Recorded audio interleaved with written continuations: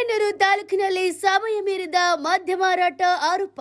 ಬೆಳಗ್ಗೆ 7ರಿಂದಲೇ ತೆರೆಯುವ ಮದ್ಯದ ಅಂಗಡಿಗಳು, ಸಾರ್ವಜನಿಕರ ಆಕ್ರೋಶ.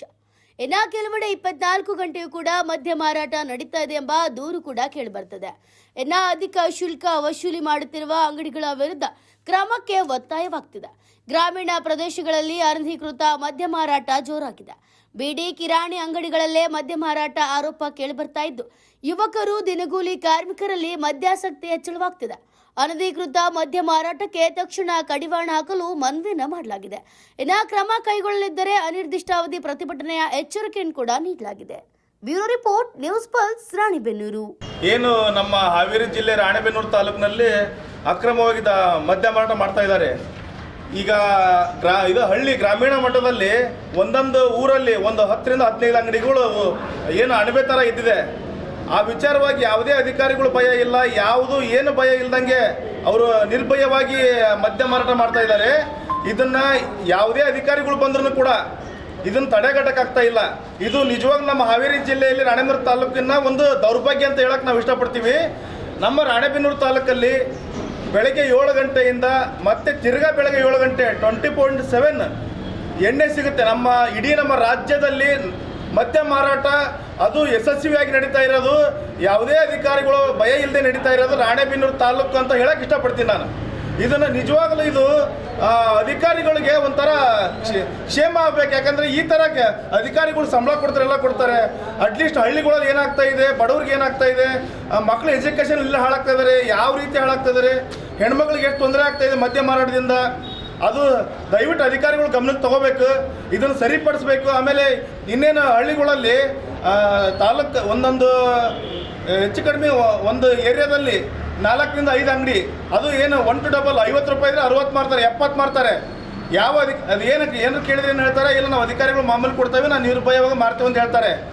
ನಮ್ಮ ರಾಣೆಬೆನ್ನೂರು ಪ್ರತಿಯೊಂದು ಹಳ್ಳಿಯಲ್ಲಿ ಎಷ್ಟು ಹಳ್ಳಿ ಬರ್ತಾವಲ್ಲ, ಆ ಹಳ್ಳಿಯಲ್ಲಿ 4ರಿಂದ 5 ಹಳ್ಳಿ ಅಷ್ಟೇ ಸೇಫರ್ ಸೈಡ್ ಆಗಿರೋದು ಮದ್ಯ ಮಾರಾಟದಿಂದ. ಇನ್ನು ಪ್ರತಿಯೊಂದು ಹಳ್ಳಿ ಕೂಡ ಮದ್ಯದ ಅಮಲಲ್ಲೇ ತೇಲ್ತಾ ಇದೆ. ಅದರಲ್ಲಿ 10ರಿಂದ 15 ವರ್ಷದ ಮೇಲ್ಪಟ್ಟು ಹುಡುಗರೇ ಹಾಳಾಗ್ತಾ ಇರೋದು.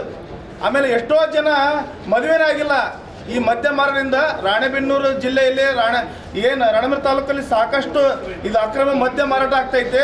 ಇದನ್ನು ಸಂಬಂಧಪಟ್ಟ ಸಚಿವರು ಕೂಡ ಇದನ್ನು ಸರಿಪಡಿಸ್ಬೇಕು. ಆಮೇಲೆ ಇಲ್ಲಿ ಸ್ಥಳೀಯ ಶಾಸಕರು ಪ್ರಕಾಶ್ ಕೋಳಿವಾಡ್ ಸಾಹೇಬರು ಇದನ್ನು ಸರಿಪಡಿಸ್ಬೇಕು. ಆಮೇಲೆ ಇಲ್ಲೇನು ಅಧಿಕಾರಿಗಳು ಇದಾರಲ್ಲ, ನಾವು ಅಧಿಕಾರಿಗಳು ಹೆಸರು ಹೇಳೋಕ್ಕೆ ಒಂಥರ ನಮಗೆ ಬೇಜಾರಾಗ್ತೈತಿ.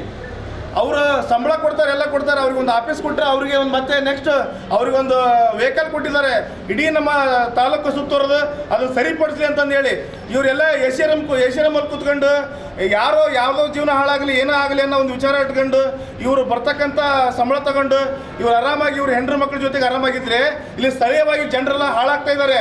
ಇದನ್ನು ನಾವು ಹಳ್ಳಿಯಲ್ಲಿ ದೊಡ್ಡ ಮಟ್ಟದ ಗಟ್ಟಿ ಧ್ವನಿಯಾಗಿ ನಿಂತ್ಕೊಂಡು ಹೋರಾಟ ಮಾಡಬೇಕಂತ ತೀರ್ಮಾನ ಮಾಡಿದ್ದೀವಿ.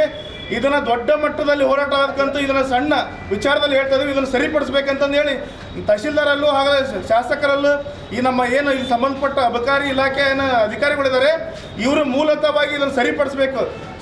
ಸರಿಯಾಗದೆ ಹೋದರೆ ನಾವು ಇವತ್ತಿಂದ 8 ದಿನಕ್ಕೆ ನಾವು ಹೋರಾಟ ಹಾಕಂತೀವಿ. ಬೃಹತ್ ಮಟ್ಟದಲ್ಲಿ ಇಡೀ ನಮ್ಮ ತಾಲೂಕಿನಲ್ಲಿ ಎಷ್ಟು ಹಳ್ಳಿ ಅದಿಲ್ಲ ಆ ಹಳ್ಳಿಯಲ್ಲಿ ಎಲ್ಲ ಹಳ್ಳಿಯಲ್ಲಿ ಕರೆಸಿ ನಾವು ಹೋರಾಟ ಮಾಡ್ತೇವೆ ಅಂತಂದು ಹೇಳಿ ಎಚ್ಚರಿಕೆ ಕೊಡ್ತಾ ಇದ್ದೀವಿ. ಜೈ ಭೀಮ್. ಸಣ್ಣ ಪುಟ್ಟ ಹಳ್ಳಿ ಅಂಗಡಿ ಒಳಗೆಲ್ಲ ಮದ್ಯ ಮಾರಾಟ ಮಾಡ್ತಾ ಇದ್ದಾರೆ. ಅದಕ್ಕೆಲ್ಲ ಹೋಗಿ ನಾವೆಲ್ಲ ಕೇಳಿದಾಗೆಲ್ಲ ಹೇಳಿರೋ ಒಂದೇ ಉತ್ತರ ಏನು ಅಂದರೆ, ನಾವೆಲ್ಲಲ್ಲೂ ಹೊರಗೆಲ್ಲ ಜನ ಬಂದು ತಗೊಂಡು ಹೋಗೋದೆ. ಅದರಿಂದ ಯಾಕ್ರಿ ಇಲ್ಲೆಲ್ಲ ಮಾಡ್ತಾ ಇದ್ರಿ, ಅಲ್ಲಿ ಅಂಗಡಿ ಇದಾವು, ಲೈಸೆನ್ಸ್ ಇದ್ದಂಥ ಅಂಗಡಿ ಒಳಗೆಲ್ಲ ಮದ್ಯ ಮಾರಾಟ ಮಾಡ್ತಾ ಇದ್ದಾರಲ್ಲ, ತೊಗೊಂಡು ಕುಡಿತಾರ ಅಂದರೆ, ಇಲ್ಲ ರೀ ಮೇಡಮ್, ನಾವು ಎಲ್ಲದಕ್ಕೂ ರಾಣೆಬೆನ್ನೂರಿಗೆ ಹೋಗೋಕ್ಕಾಗತ್ತಾ, ಹಳ್ಳಿ ಒಳಗೆಲ್ಲ ಇಲ್ಲ ಲೈಸೆನ್ಸು, ಹಾಗಾಗಿ ನಾವು ತೊಗೊಂಬಂದು ಮಾಡ್ತಾ ಇದ್ದೀವಿ. ನಾವೆಲ್ಲ ಮಾಮೂಲಿ ಕೊಡ್ತಾ ಇದ್ದಾವಲ್ಲ, ಎಲ್ಲೆಲ್ಲಿ OP ಇದೆನೋ OP ಕೊಡ್ಬೋದು ಅಥವಾ ಆಫೀಸರ್ಗೆ ಕೊಡ್ಬೋದಲ್ಲ, ಕೊಡ್ತಾ ಇದ್ದೀವಿ ಅಂತ ಹೇಳಿ ಈ ಥರ ಹೇಳ್ಬಿಟ್ಟು ಎಲ್ಲರೂ ಇದನ್ನೇ ನಮಗೆ ಬಾಯಿ ಮುಚ್ಚಿಸ್ತಾ ಇದ್ದಾರೆ.